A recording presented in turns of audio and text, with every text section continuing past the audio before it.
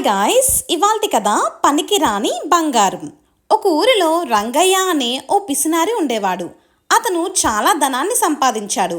అయినా ఒక్క పైసా కూడా ఖర్చు పెట్టలేదు. తన పెరట్లో ఓ గొయ్యిని తవ్వి తను కూడబెట్టిన బంగారం అంతటిని అందులో దాచి రోజు ఆ గొయ్యి తవ్వి బంగారాన్ని చూసి మురిసిపోయి మళ్ళీ ఆ గొయ్యిని కప్పేసేవాడు.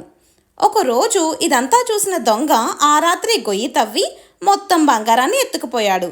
మరునాడు గొయ్యి తవ్వి చూసిన రంగయ్య ఏది నా బంగారం అంటూ ఏడవడం మొదలుపెట్టాడు. ఒక పెద్ద మనిషి వచ్చి విషయం తెలుసుకుని అసలు ఆ బంగారంతో నువ్వేం చేద్దాం అనుకుంటున్నావు అని అడిగాడు. దానికి రంగయ్య కేవలం దాచుకుందాం అనుకున్నాను అని అన్నాడు.